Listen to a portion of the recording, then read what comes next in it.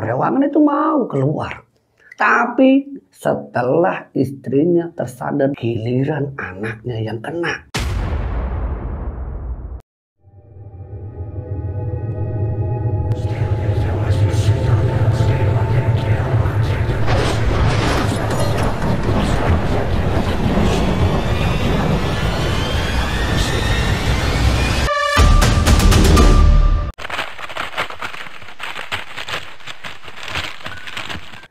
Bismillahirrahmanirrahim. Assalamualaikum warahmatullahi wabarakatuh. Alhamdulillah, jumpa kembali bersama saya Pak Ade di channel Lambe Ireng. Di kesempatan kali ini saya akan mencoba menceritakan kisah yang datangnya dari salah satu narasumber, sebut saja namanya Pak Toha, yang menceritakan kisah tentang murka perewangan penglaris yang dia dapatkan dari salah satu dukun.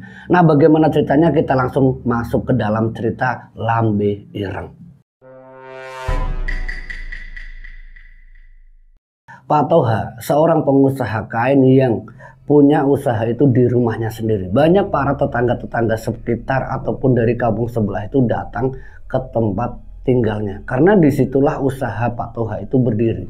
Tapi ketika ada para pesaing yang lain yang sama-sama menjual kain seperti yang dijual oleh Pak Toha, rasa tersaingi dan rasa curiga itu pun mulai muncul. Saat beberapa bulan setelah para pengusaha-pengusaha kecil itu berdiri, usaha Pak Toha mulai turun drastis itu dalam kurun waktu 3 bulan. Nah, disitulah Pak Toha mulai terjerumus yang namanya datang ke dukun lewat penglaris.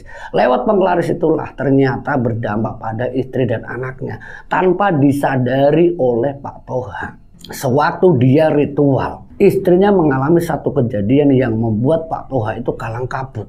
Karena setelah dia ritual selama 3 hari yang dialami oleh Pak Toha, dia datang ke dukun, diberikan satu syarat, kamu bakal sukses, kamu bakal tidak tersaingi. Itu penjelasan dari sang dukun. Tapi Pak Toha yang waktu itu sudah terbius dengan nafsu duniawi agar tidak ada satupun yang menyaingi usaha Pak Toha. Dia tidak memperdulikan apapun risiko yang akan dia nanti dapatkan.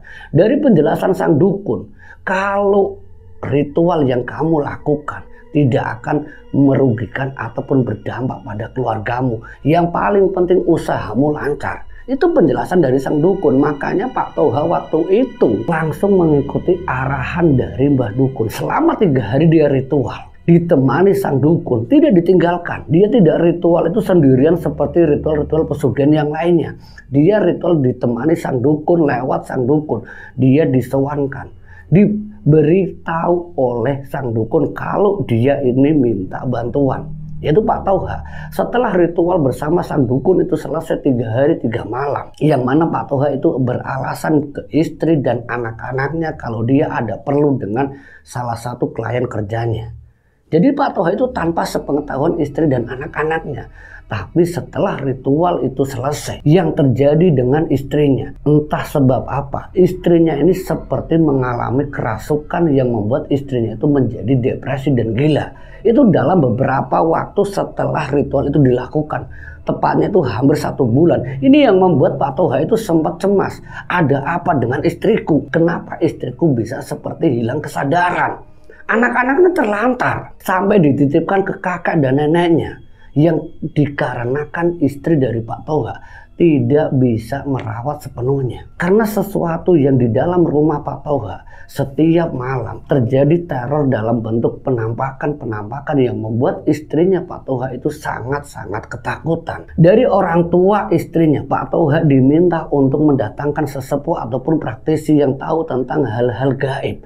Lewat praktisi itu mendapatkan penjelasan bahwa penyebab kegilaan atau depresi istrinya Pak Toha semua itu karena ada yang datang ke rumah Pak Toha sendiri. Dan dia bukan cuma satu, ada beberapa penampakan-penampakan yang tidak pernah dilihat istrinya, dan itu sangat mengganggu yang membuat istrinya itu ketakutan. Di dalam ketakutannya ini membuat dia itu seperti masuk ke dimensi lain. Ini yang membuat istrinya itu tidak terkontrol secara perilaku dan sifatnya. Di dalam perilakunya sehari-hari istrinya Pak Toha, dia sering ngomel-ngomel sendiri.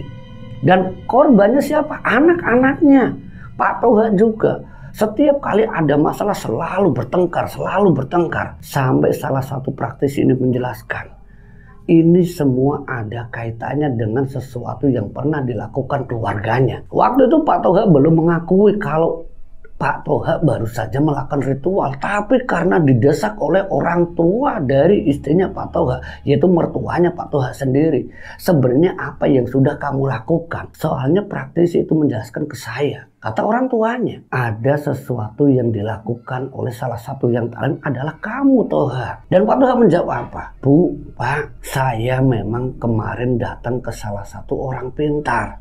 Dia dukun dan dia menjanjikan kalau saya ini bakal sukses, usaha saya bakal tidak tersaingi. Orang tuanya seketika itu, kamu Toha, kamu itu ya bersyukur.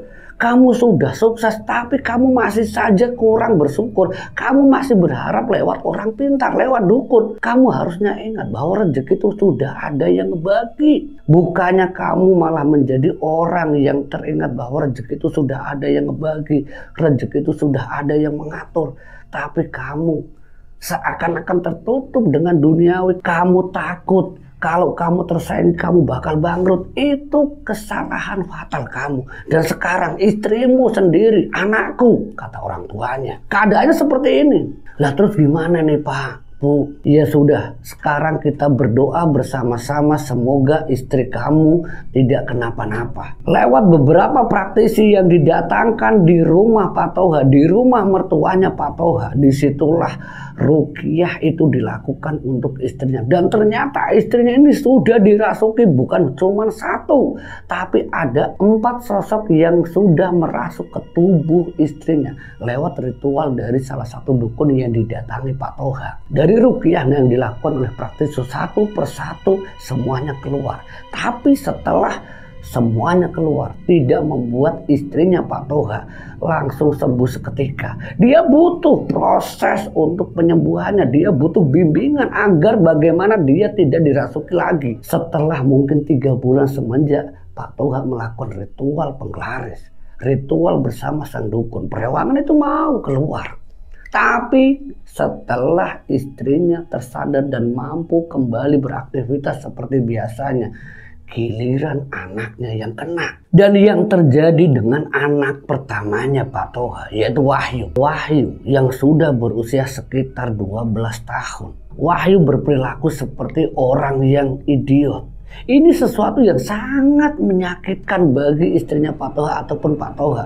Setelah kesembuhan istrinya, sewaktu melihat anaknya Pak Toha, yaitu Wahyu, mengira kalau diamnya anaknya, perilaku diam, perilaku tidak terlalu mendengar apa yang dikatakan kedua orang tuanya, Pak Toha berpikir kalau Wahyu itu hanya sekedar dia lagi punya keinginan sesuatu. Karena sepengetahuan Pak Toha, Wahyu ini kalau meminta sesuatu, kalau tidak dituruti, dia akan ngambek. Dan ngambeknya pasti diem. Ini waktu pertama kali Wahyu itu diem sampai beberapa hari. Waktu ditanya oleh ibunya ataupun Pak Toha, Wahyu kamu kenapa? Wahyu diem tidak mau ngejawab. Bahkan setiap malam dia selalu tidak tidur. Dan tidurnya itu aneh, bukan di ranjang bersama adiknya ataupun di sofa. Tapi Wahyu malah meminta istirahat itu ada di halaman rumah. Ini yang dialami oleh anaknya Pak Toha. Sesuatu yang janggal dengan anaknya Pak Toha, yaitu Wahyu. Kenapa anakku selalu nyaman ketika ada di luar rumah? Padahal itu sudah tengah malam. Dan setiap dini hari sekitar jam 1 malam, Wahyu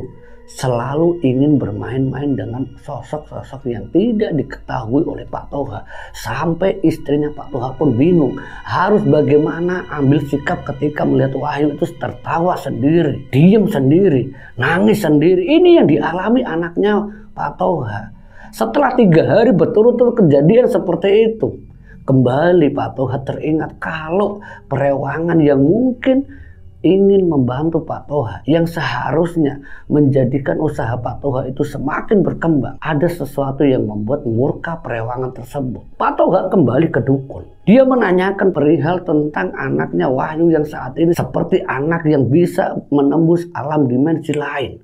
Dari penjelasan sang dukun, semua ini karena ada sesuatu yang membatasi rumah kamu, seperti pagar gaib, yang membuat perewangan itu sangat marah karena kamu tidak memberikan tempat atau ruang di dalam rumah kamu.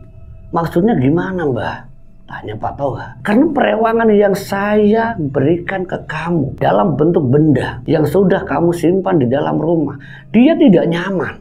Dan tidak nyamannya dia masuk ke dalam raga anak kamu yaitu Wahyu. Mungkin kemarin masuk ke dalam istri kamu, tapi setelah dia dikeluarkan oleh para praktisi, saya tahu perewangan itu sangat marah sama kamu dan dia merasuki anakmu. Dari jawaban sang dukun ini semuanya terjawab jelas bahwa penyebab utamanya adalah benda yang dibawa oleh Pak Toha dari sang dukun, yang ternyata di dalam benda itu ada perewangan atau semacam gaib yang dimaksudkan untuk membantu usaha Pak Toha. Ternyata menyerang istri dan anaknya Pak Toha yang namanya Wahyu. Setelah mengetahui jawaban tersebut, Pak Toha menyampaikan ke praktisi yang sudah menyembuhkan istrinya. Dari penjelasan praktisi bahwa di dalam benda itu benar adanya satu perewangan bentuk gaib, bentuk jin yang bisa membantu kamu kaya. Tapi ketika perewangan itu tidak diberikan tempat, ketika perewangan itu tidak diberikan sesaji seperti yang kamu ritualkan dulu Pak Toha, dia akan marah. Dan kemarahannya ya berdampak pada istri kamu dulu sampai beberapa bulan. Dan sekarang Wahyu, anak kamu, dia tidak bakal mau masuk ke dalam rumah kamu. Benar Pak Kiai, benar yang terjadi seperti itu. Nah sekarang pesan saya, buang benda ini atau kembalikan ke sang dukun. Lewat penjelasan Pak Kiai atau praktisi ini, benda itu pun dikembalikan ke sang dukun. Setelah benda itu dikembalikan, Wahyu kembali mau masuk ke dalam rumah. Tapi tidak di situ saja. Walaupun benda itu sudah dikembalikan, ternyata perewangan yang jumlahnya bukan cuma satu. Ada kekuatan gaib yang masih ada 3 di dalam rumah Pak Toha, yang masih mengganggu sekeluarga Pak Toha. Pekerjaan kacau, usahanya semakin hancur. Ya karena setiap hari keadaan Pak Toha itu diganggu dengan hal-hal yang di luar nalar. Anak yang kedua pun harus kena imbasnya. Dia main sendiri di dalam rumah, ngobrol sendiri. Itu dialami Wahyu sekarang adiknya. Cobaan apa lagi ini? Sampai kedua orang tuanya, istrinya datang ke rumah Pak Toha, melihat hal yang di luar nalar yang dialami anak keduanya yang berusia sekitar 7 tahun, baru duduk di bangku kelas 1 SD. Dia berperilaku sangat aneh, main-mainan sendiri seakan-akan ada yang mengajak bermain. Satu hal yang mengerikan. Dan bukan itu saja, setiap malam dia nangis, dia seperti kerasukan, dia seperti diduduki, nafas tersengal-sengal. Dan yang paling mengerikan, anak yang namanya Bagas, dia nyaris meninggal. Karena setiap malam nafas itu selalu tersengal-sengal seakan-akan ada yang menduduki tubuh Bagas.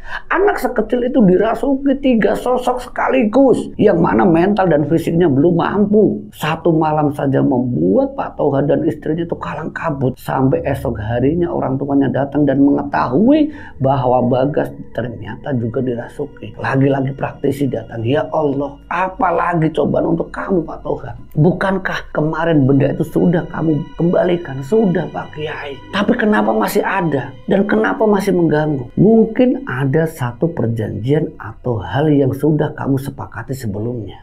Coba kamu ingat-ingat Pak Toha. Pak Toha mencoba merenung dan mengingat apa yang sudah saya lakukan. Dia teringat satu kalimat dengan Mbah Dukun. Apapun risikonya akan saya terima. Disinilah jawaban itu jelas. Bahwa dampak semua dari ritual yang dilakukan Pak Toha sudah menyerang istri dan kedua anaknya. Lewat perjanjian dari sang dukun ini, bagaimana caranya Pak Toha memutuskan perjanjian tersebut? Dari penjelasan praktisi seorang ulama, seorang kiai. Diminta Pak Toha untuk melakukan taubatan nasuha lewat bimbingan dari Pak Kiai. Butuh beberapa waktu untuk proses penyembuhan anaknya Bagas dan juga Pak Toha sendiri. Seakan-akan semuanya seperti dikembalikan ke awal. Bahwa apa yang sudah disepakati oleh Pak Toha benar-benar menjadi murkanya dari perewangan yang ingin membantu kesuksesan Pak Toha. Ternyata niat dari Pak Toha tidak semulus apa yang dia inginkan. Justru menjadi petaka bagi Pak Toha sendiri. Dari pengalaman Pak Toha ini kita bisa ambil hikmah dan pelajarannya. Semoga kita dan kalian yang mendengarkan cerita dari Pak Toha ini, kita bisa ambil hikmah dan pelajarannya, dan kita dijauhkan dari segala sesuatu yang bersifat atau berkaitan dengan hal-hal gaib yang ujung-ujungnya menjadi petaka untuk diri kita sendiri. Saya Pak D, akhirul kalam, wallahu muwaffiq ila aqwamit thoriq. Wassalamualaikum warahmatullahi wabarakatuh. Jumpa kembali di cerita-cerita Lambe Irang.